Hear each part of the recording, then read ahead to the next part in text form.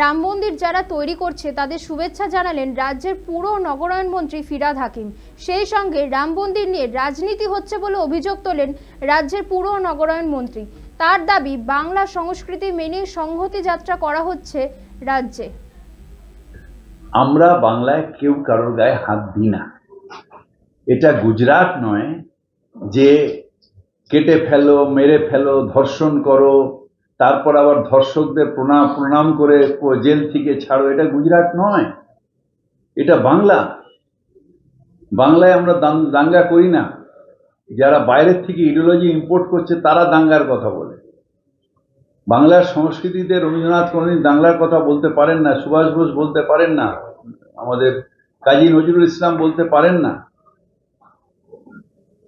এটা অমিত শাহ স্টেট নয় যেখানে ধর্ষণদের বলা হয় যে অমুক বড় জাতি, তারা এটা করতেই পারে। সুতরাং আমাদের এখানে ওইসবের কোনো সম্ভাবনাই নেই। যে উস্কানি দিচ্ছে সে উস্কানি দিচ্ছে, কিন্তু বাংলার মানুষ উস্কানিতে পা দেবে না। আমরা সংহতিতে বিশ্বাস করি, ধর্ম নিরপেক্ষতায় বিশ্বাস করি।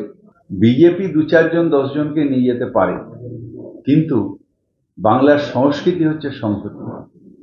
তাই সংস্কৃতি বাংলায় রক্ষা করার জন্য এই সংহতি মিছিল। আর তুমি অপসংস্কৃতি করছো, তাই একটা ধর্মকে ছোট করে আরেকটা ধর্মকে বড় করে করছো। কালকে বলেছি, আবার বলছি, রাম ভক্তকে আমিও সম্মান করি, কিন্তু সে যদি সত্যিকারের ভক্ত হয়। যদি সে ভক্ত না হয়ে ভোগী হয়, তাহলে তার সম্মান থাকে না। যখনই রামকে তারা ইলেকশন ইউজ করছে, রাজনৈতিকভাবে ইউজ করছে, রামকে অবমাননা করা হচ্ছে, আর কাউকে না। কোথাও না কোথাও মন্দির হচ্ছে, মসজিদ হচ্ছে, গির্জা হচ্ছে, গুরুদ্বার হচ্ছে, রোজ ছুটি হবে। রাম মন্দির হচ্ছে, যারা করছেন তাদের ধন্যবাদ, তাদের শুভেচ্ছা, কিন্তু তার জন্য ছুটি কেন হবে?